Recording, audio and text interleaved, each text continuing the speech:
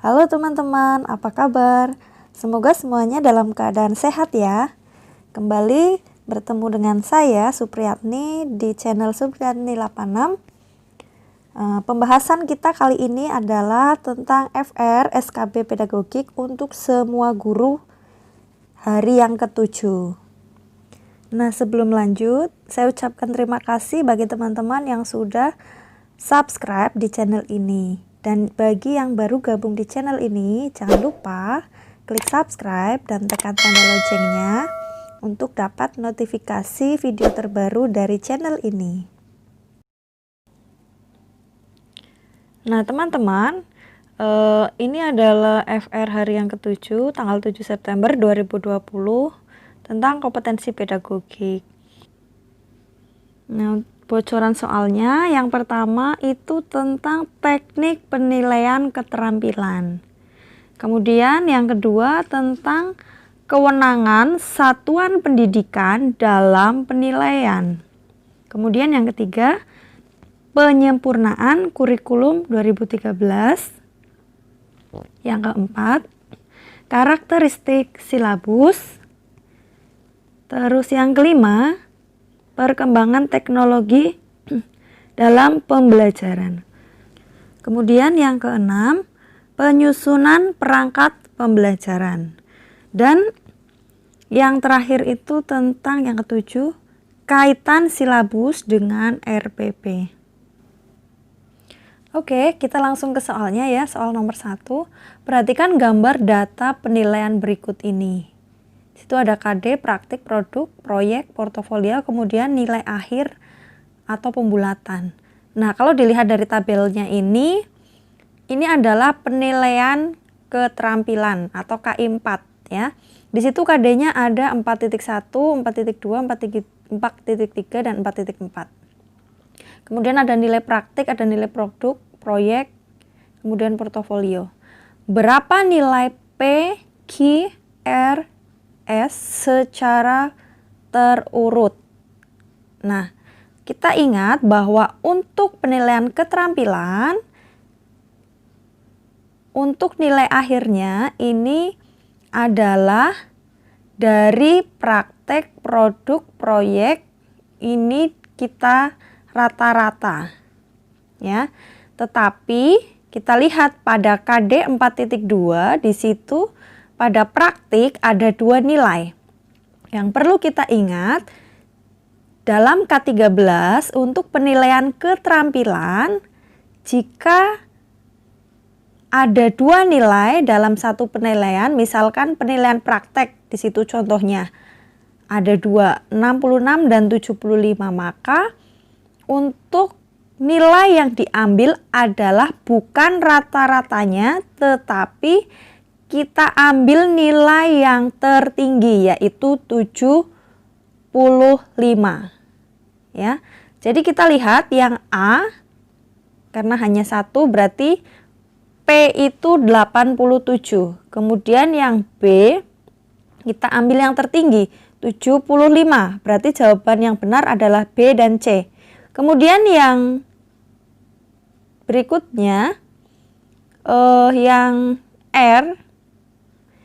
R adalah 92.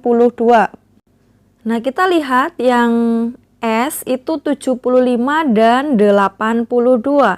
Karena itu berbeda penilaian antara produk dan proyek, maka kita ambil rata-rata dari 75 dan 82. Yaitu 75 tambah 82, 157. Dibagi 2, maka rata-ratanya menjadi 79 ya. Jawabannya adalah B. Kemudian soal yang nomor 2. Berikut adalah tugas dan kewenangan satuan pendidikan dalam penilaian hasil belajar peserta didik, kecuali A. Menetapkan KKM yang harus dicapai oleh peserta didik, B. Menetapkan kriteria kenaikan kelas, C. Menetapkan kriteria kelulusan peserta didik, D. Melakukan penilaian akhir dan ujian sekolah, E. Menjadi panitia pelaksana ujian nasional tingkat satuan pendidikan.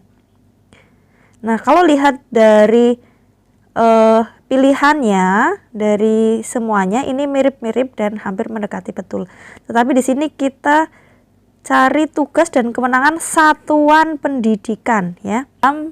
Dalam penilaian hasil belajar. Jadi yang bukan yaitu menjadi panitia pelaksana ujian nasional tingkat satuan pendidikan. Jawabannya yang E. Oke, kita lanjut untuk yang FR yang ketiga. Nah, untuk FR yang ketiga tentang K13 di sini bukan soal tetapi adalah penjelasan. Beberapa poin tentang penyempurnaan kurikulum 2013 adalah yang pertama itu menghilangkan KD pada KI 1 dan KI 2 untuk mapel selain pendidikan agama dan budi pekerti dan PPKN. Jadi selain mata pelajaran pendidikan agama dan PPKN itu KI 1 dan KI 2-nya itu tidak dimunculkan ya. Kemudian yang kedua, memperbaiki rumusan KD sehingga mudah dipahami dan menata keluasan, kedalaman dan urutan kompetensi. Kemudian yang ketiga, capaian kompetensi disesuaikan dengan jenis pengetahuan dan tingkat perkembangan berpikir. Kemudian kita lanjut ke soal yang keempat. Karakteristik silabus pada implementasi kurikulum 2013 setelah penyempurnaan yaitu A. Berisi aspek yang lengkap sehingga mempermudah pendidik dalam menyusun RPP. B. Hanya menyajikan 3 aspek yakni KD, materi pokok, dan kegiatan pembelajaran. C. Fleksibel sehingga dapat disesuaikan dengan situasi dan kondisi pembelajaran. Kemudian D. Disajikan secara sederhana sehingga mudah dipahami. E. Kurang detail dan kurang memberi peluang kreativitas guru. Jawabannya yang A. Berisi aspek yang lengkap sehingga mempermudah pendidik dalam menyusun RPP. Nah, ini adalah pembahasan tentang komponen-komponen yang ada pada silabus. Yang pertama ada identitas mata pelajaran. Kemudian identitas sekolah yang terdiri dari nama satuan pendidikan atau nama sekolah, terus kemudian kelas. Kemudian ada kompetensi inti, yaitu suatu deskripsi secara kategori tentang kompetensi pada ranah sikap, pengetahuan dan keterampilan yang harus dipelajari untuk dikuasai setiap peserta didik pada tingkat satuan atau jenjang sekolah, kelas, dan mata pelajaran.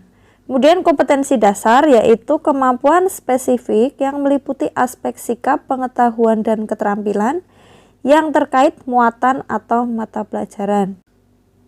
Kemudian ada materi pokok.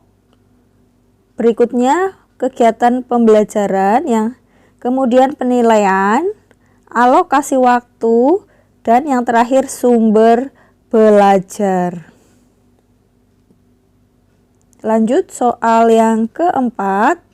Karakteristik silabus pada implementasi kurikulum 2013 setelah penyempurnaan yaitu berisi aspek yang lengkap sehingga mempermudah pendidik dalam menyusun RPP ya, yang tadi. Jadi jawabannya yang A. Mempermudah pendidik dalam menyusun RPP. Lanjut ke soal nomor 5. Perkembangan teknologi memungkinkan pembelajaran tidak lagi dilakukan secara tatap muka di dalam kelas, akan tetapi dapat dilakukan secara virtual atau jarak jauh, distance learning. Sistem ini menggabungkan proses pembelajaran jarak jauh dengan prinsip-prinsip dalam pembelajaran dengan teknologi. Pembelajaran ini biasanya berbasis web yang diakses menggunakan jaringan internet dimanapun tempat pembelajar berada. Hal ini sering disebut dengan A. E-learning, B. blended learning, C. learning by doing, D. self-learning, E. efficient learning. Dan jawabannya yang benar adalah A. e-learning. Nah, kalau yang B, blended learning itu perpaduan antara belajar online, jarak jauh, dan tatap muka. Pembahasannya, e-learning adalah sistem pembelajaran yang memanfaatkan teknologi informasi dalam proses belajar mengajar dan digabungkan dengan sistem pembelajaran jarak jauh atau non-face-to-face learning yang bisa diakses dengan menggunakan jaringan internet di mana saja berada. Kemudian soal nomor 6, seorang guru sebelum melaksanakan pembelajaran mempersiapkan perangkat pembelajaran. Setelah menyusun indikator pembelajaran untuk KD tertentu, selanjutnya tujuan pembelajaran. Hal ini termuat dalam A. Silabus, B. RPP, C. Silabus, D. SKLE kurikulum. Dan jawabannya adalah yang B. RPP. Nah, sudah jelas ya. Soal ke-7, silabus dan RPP sama-sama sebagai rencana proses pembelajaran. Perbedaannya adalah sebagai berikut. A. Silabus berisi komponen dasar sedangkan RPP mengarahkan kegiatan belajar untuk mencapai kompetensi dasar. Oh, ini betul ya. Kemudian B. Silabus bersumber dari standar isi dan standar kelulusan, sedangkan RPP bersumber dari standar kompetensi lulusan. C. RPP dibuat oleh setiap guru, sedangkan silabus dibuat oleh tim guru. Tidak benar. D. RPP dan silabus keduanya disusun oleh setiap satuan pendidikan. Tidak benar.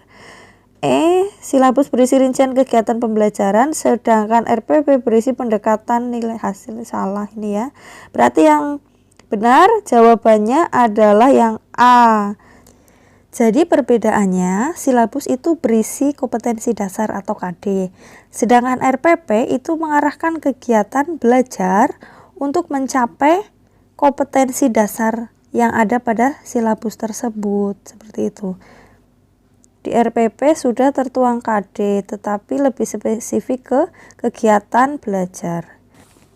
Jadi silabus itu penjabaran lebih lanjut dari KI dan KD yang ingin dicapai dan pokok serta urutan materi ya yang dipelajari siswa untuk mencapai KI dan KD. Sedangkan RPP itu prosedur atau manajemen pembelajaran atau rencana kegiatan pembelajaran yang akan dilakukan di kelas untuk mencapai satu atau lebih KD yang ditetapkan dalam standar isi dan dijabarkan dalam isi silabus. Demikian pembahasan kali ini tentang SKB pedagogik ya. Semoga menambah referensi teman-teman untuk belajar mencapai nilai yang terbaik dalam SKB dan semoga lulus dalam CPNS tahun ini. Terima kasih dan sampai bertemu di video pembahasan berikutnya.